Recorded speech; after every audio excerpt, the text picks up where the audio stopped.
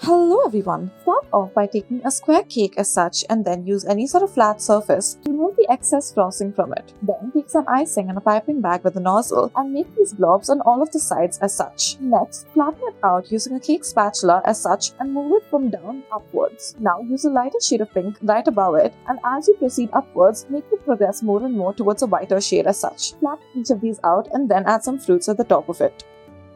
Next, take some white frosting in a piping bag, add it into a bowl, and then after this, add some pigment to it as such. Mix it up so you get this rose color, add it into a piping bag with a nozzle, and then make these circular shapes onto the sides of your heart-shaped cake. After you have done this, take a cake spatula and flatten each of these out. Do it from bottom upwards as such. After you are done doing this all around, add another shade that is a lighter shade right above it as such. Once more, do it all around in a heart shape and once more flatten it out. As you progress upwards, make it move towards a more whiter shade until you reach the shade of white at the top and flatten this out as well. Cut up some fruits and then add it to the center of it. We have chosen to add some cut up strawberries to our cake.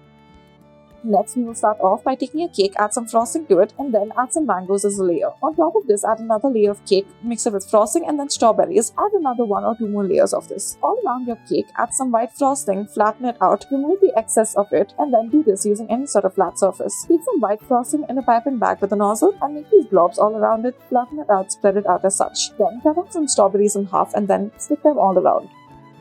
Take some white frosting in a piping bag, add it all around your cake, and then make a gap in the center as such. Add some mango frosting to the sides of it as such. Then in the center of it, remove a chunk of the frosting so that a gap is formed. Now flatten the rest of the frosting so as to cover up the mango portion of it. Flatten it out and make it blend in with the rest of the cake using any sort of flat surface as such. Then make a line at the upper edge of it as such. After this, add another cake to the top of it that is circular in shape. Add frosting all around this cake and then once again flatten it out using a cake knife. Remove the excess of the frosting that is present as well. Once you have done this, make a gap, thin line gap in the center of the top of the cake as such. Now line it with some mango frosting, remove the center of it once again, and then flatten it out so as to cover up the surface and make it blend in with the rest of the cake. Now smoothen it out and then make another gap in the center of your cake. Make lines on the sides of it as such, then take the circular hole maker and then make holes in the side of your cake in 2 layers as such. Make it at the top of the bottom layer as well as the top layer as such. Cut up some fruits and add it to the top.